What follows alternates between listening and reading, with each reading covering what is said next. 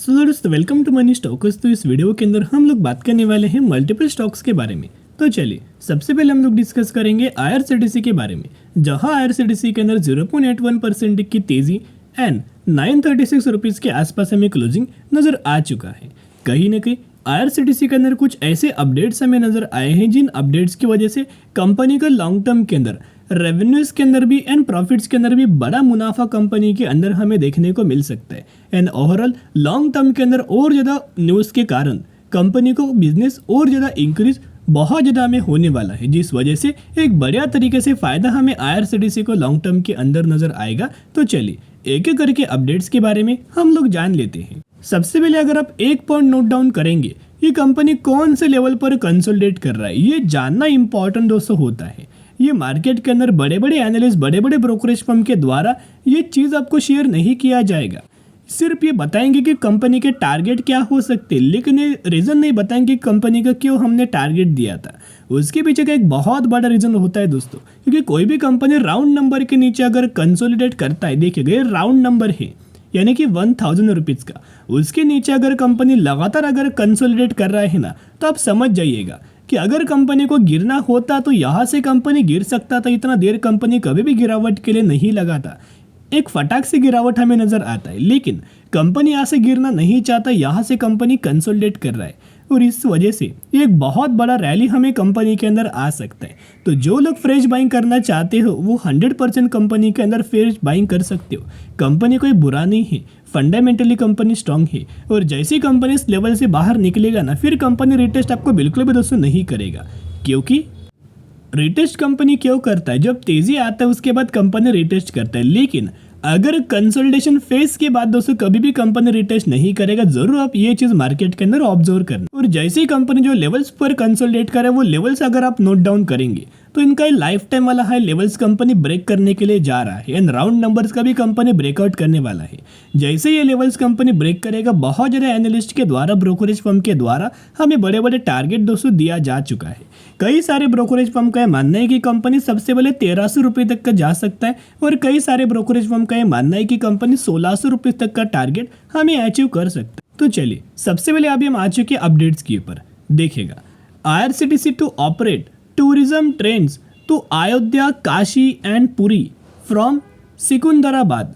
तो दोस्तों सिकंदराबाद से बहुत सारे ट्रेन्स का एक अरेंजमेंट किया गया, बहुत सारे टूरिज्म सेगमेंट को बूस्ट करने के लिए। ये पैकेजेस कंपनी लगातार लॉन्च करता है, यानी कि ऑपरेट करने के लिए टूरिस्ट ट्रेन्स, ये बहुत अच्छा खासा बेनिफिट कंपनी को लॉन्ग टर्म के अंदर इसका बेनिफिट नजर आएगा। क्योंकि आप सभी को बताएं कि मोदी जी के द्वारा लगातार दोस्तों टूरिज्म सेगमेंट को बूस्ट करने के लिए बहुत सारे चीज़ें हमें करते हुए दिखाई दे रहे हैं, क्योंकि टूरिज्म सेगमेंट से भी एक बढ़िया तरीके से रेवेन्यूज, एक बढ़िया तरीके से प्रॉफिट्स हमें जनरेट दोस्तों किया जाता है। तो कहीं ना कहीं दोस्तों अगर आप एक पॉइंट या नोट डाउन करके चलेंगे तो इसका सबसे ज़्यादा जो बेनिफिट्स है ना टूरिज्म कंपनीज को नज़र आएगा। जैसे कि सबसे पहले कंपनी को सबसे ज़्यादा बेनिफिट नज़र आएगा, वो कंपनी का नाम है IRCTC, फिर एज माई ट्रिप है, ये कंपनी को भी इसका बेनिफिट नज़र आएगा। और अगर आपने दोस्तों छोटा सा बात अगर नोट किया होगा तो जो Q3 का रिजल्ट कंपनी के द्वारा हमें प्रेजेंट किया गया था ना, उसका कई ज़्यादा परसेंटेज के अंदर टूरिज्म सेगमेंट के अंदर कंपनी ने बढ़िया तरीके से परफॉर्म किया था।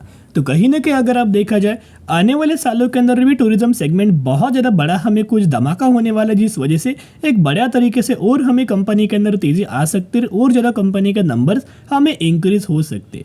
उसके साथ साथ आपको बताएं कि आने वाले फ्यूचर में गवर्नमेंट नए नए ट्रेंड्स हमें लाने वाला है। कहीं ना कहीं ऐसा बोला गया है डेटा के अंदर, जो प्रीवियस डेटा मैंने शेयर किया था, 7000 से लेके 8000 नए ट्रेन्स लाने वाले हैं नए, जिसको ऑपरेट इंडिया के अंदर कौन करने वाला है। इंडिया के अंदर एक ही प्लेयर है जिसका नाम है IRCTC, और यही कंपनी को राइट्स हमें दिया गया है कि इंडिया के अंदर यही कंपनी ट्रेन्स को ऑपरेट करेगा।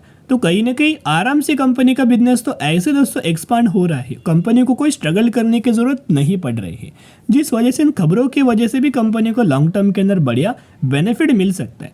अभी मैं पैरामीटर्स आपके साथ शेयर करना चाहूँगा, जिस वजह से एक बढ़िया तरीके से कॉन्फिडेंस आपके अंदर डेवलप होगा। लेकिन एक रिक्वेस्ट मैं आपके साथ करना चाहूँगा कि अगर आपने IRCTC के अंदर खरीदारी किया है तो 5 सालों के लिए कंपनी को बिल्कुल भी बेचने की गलती मत करना। अगर आप 5 साल कंपनी को सक्सेसफुली होल्ड करेंगे ना, तो आप आसानी से 10 साल कंपनी को होल्ड कर पाएंगे। क्योंकि जब तक लोगों को रिजल्ट्स नहीं मिलता तब तक लोग बहुत ज़्यादा कंफ्यूज होते हैं। जब कंपनीज के अंदर लोगों को रिजल्ट्स मिलने लगता है तब कंपनीज के अंदर क्या होता है, कॉन्फिडेंस हमें डेवलप होता है। तो मिनिमम IRCTC के अंदर 5 साल दोस्तों होल्ड करना। अगर आपको रिजल्ट ना मिले तो 10 सालों के लिए बिल्कुल भी होल्ड मत करना, फिर आप सेल करके निकल लो, लेकिन मिनिमम 5 साल के लिए होल्ड करना, वो रिजल्ट देखना जो कि बहुत गजब का आपको दिखाई देगा।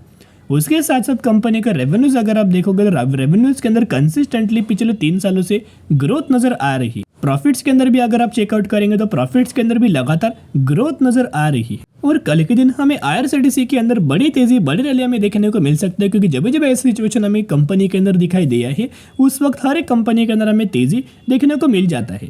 अगर आप ये एक पॉइंट नोट डाउन करेंगे तो जैसे कंपनी मूविंग एवरेज पर आता है, एक बढ़िया तरीके से कंपनी के द्वारा सपोर्ट लिया जाता है, अच्छी खासी रैली हमें देखने को मिलता है। यहाँ भी अगर आप ऑब्जर्व करके चलेंगे तो IRCTC फाइनली मूविंग एवरेज पर आ चुका है। जो येलो लाइन आपको दिखाई दे रहा है ये 50 दिन का मूविंग एवरेज है।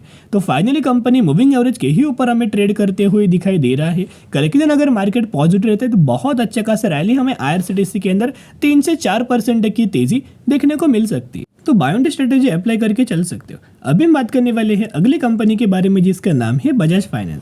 तो बजाज फाइनेंस की अगर बात की जाए तो पिछले ट्रेडिंग सेशन के अंदर ऑलमोस्ट हमें 2% की तेजी नजर आ चुका था। 6,428 रुपीज के आसपास हमें कहीं ना कहीं क्लोजिंग नजर आ चुका था। बजाज फाइनेंस की अगर बात की जाए तो इंडिया की एक नंबर 1 NBFC कैटेगरी से कंपनी दोस्तों बिलोंग करता है। फंडामेंटली कंपनी बहुत ज़्यादा स्ट्रांग है, लेकिन कुछ रीजंस की वजह से कंपनी के अंदर गिरावट हुआ है। कि रीजन कोई बिजनेस के ऊपर नहीं है, कोई पैरामीटर्स के ऊपर नहीं है, राइट, फ्यूचर ग्रोथ के ऊपर भी कोई नेगेटिव पॉइंट नहीं है। ये जो गिरावट हुआ था, जो मार्केट हमें एक्सपेक्ट करके चल रहा था, उस तरीके से पैरामीटर्स के अंदर हमें कंपनी ने परफॉर्म नहीं किया, थोड़ा बहुत हमें फॉल दिखाया। तो अगर जो भी कंपनी मार्केट्स के अंदर हमें जो एक्सपेक्टेशंस को फुलफिल नहीं करता तो मार्केट क्या करता है, बुरी तरीके से रिएक्ट करता है। तो कहीं ना कहीं अगर आप देखोगे अभी कंपनी का जो सपोर्ट आपको देखने को मिलने वाला है वो ऑलमोस्ट हमें 6,000 रुपीज़ के आसपास आपको देखने को मिल सकता है।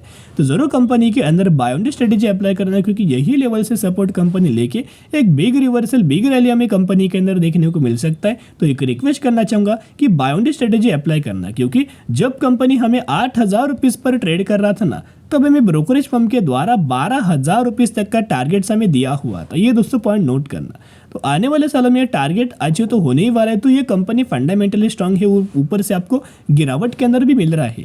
तो ये बिग अपॉर्चुनिटीज है। कंपनी के ओवरऑल अगर आप पैरामीटर्स देखोगे तो क्वार्टर ऑन क्वार्टर बेसिस आपको थोड़ा बहुत प्रॉब्लम तो आएगा, लेकिन अगर आप ईयरली लॉन्ग टर्म का पैरामीटर देखोगे तो कोई आपको पैरामीटर्स के अंदर प्रॉब्लम नजर नहीं आएगा। देखिएगा 2019 में 18,500 करोड़ का रेवेन्यूज था, वो बढ़ के 41,000 करोड़ के आसपास हमें करंटली नजर आ रहा है। प्रॉफिट्स भी अगर आप दोस्तों चेकआउट करेंगे तो ऑलमोस्ट हमें 4,000 करोड़ का प्रॉफिट्स था 2019 में, वही बढ़ के 2023 में 11,500 करोड़ का आसपास हमें प्रॉफिट्स दिखाई दे रहा है। एंड कंपनी के अंदर कंसिस्टेंटली बेसिस के ऊपर अगर आप देखोगे तो म्यूचुअल फंड्स के द्वारा बहुत बड़ा बड़ा माल हमें खरीदारी किया जा रहा है। आप यह देख सकते हो फेब 2024 महीने का एकदम अपडेटेड डेटा के बारे में हम लोग बात करें, फ्रेश डेटा के बारे में हम लोग आपके साथ कवर कर रहे हैं, जिसके अंदर 68 म्यूचुअल फंड्स की खरीदारी एंड 35 म्यूचुअल फंड्स की बिकवाली हमें हुआ है, जो लगातार म्यूचुअल फंड्स के द्वारा लगातार कंसिस्टेंटली खरीदारी हमें की जा रही है। तो एक ही मैं रिक्वेस्ट आपके साथ करना चाहूँगा, कंपनी कोई बुरा नहीं है, राइट, फंडामेंटली स्ट्रॉन्ग और अच्छी कंपनीज के अंदर गिरावट होता है ना,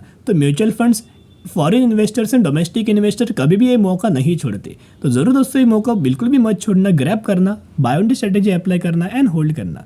अभी हम बात करेंगे अगली कंपनी के बारे में जिसका नाम है Advani hotel and resort limited. 158 rupees पर ट्रेड कर रहा है, 119% तक का रिटर्न शेयर होल्डर्स को बना के दे चुका है। रिसेंटली कंपनी ने 1:1 रेशियो का बोनस का अनाउंसमेंट किया है, जिसके अंदर आपको एक के बदले एक शेयर मिलने वाले हैं। तो जरूर कंपनी के बारे में स्टडी एनालिसिस कर सकते हो। चलिए आज के लिए इतना। अगर आपको वीडियो पसंद आए जरूर वीडियो को लाइक और चैनल को सब्सक्राइब कर सकते हो। फिर मिलेंगे, बाय।